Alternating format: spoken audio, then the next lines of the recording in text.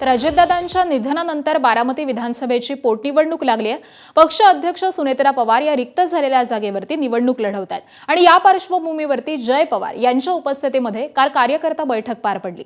या बैठकीमध्ये अत्यंत भावनिक वातावरणामध्ये ते होते। या मतदारसंघामध्ये पोटनिवडणूक लागेल असं कोणालाही वाटत नव्हतं। या बैठकीमध्ये अनेक कार्यकर्त्यांना खुद्द जय पवार यांनाही अश्रू हे अनावर झालेले पाहायला मिळाले। 28 तारखेला थोर रडू शकलो, दादांचं रक्त आहे, शेवटपर्यंत थांबलो।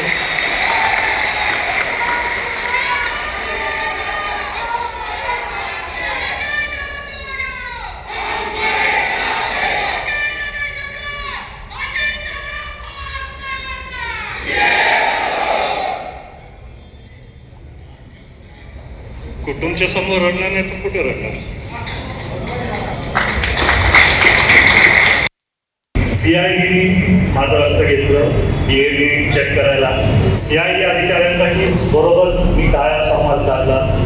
ज्या दिवशी दुर्घटना झाली मी आपल्या DYSPला सांगितलं, काहीही करून सचिन पवार येते, सचिन पवार मी सांगत होतो काहीही करून मला ते ब्लॅक बॉक्स कोणी पाहिजे। दोन्ही ब्लॅक बॉक्स मिळाले, दोन्ही ब्लॅक बॉक्सचे फोटो आपल्याकडे। पण कारवाई होऊ द्या, अहवाल येऊ द्या, पण नंतर एकदा पूर्ण बाहेर आल्यावरती आपण बोलू। त्यांना मी बोललो माझे काय मुद्दे होते ते होतात आणि स्वतःच सांगितले। ABP माझा, उघडा डोळे बघा नीट।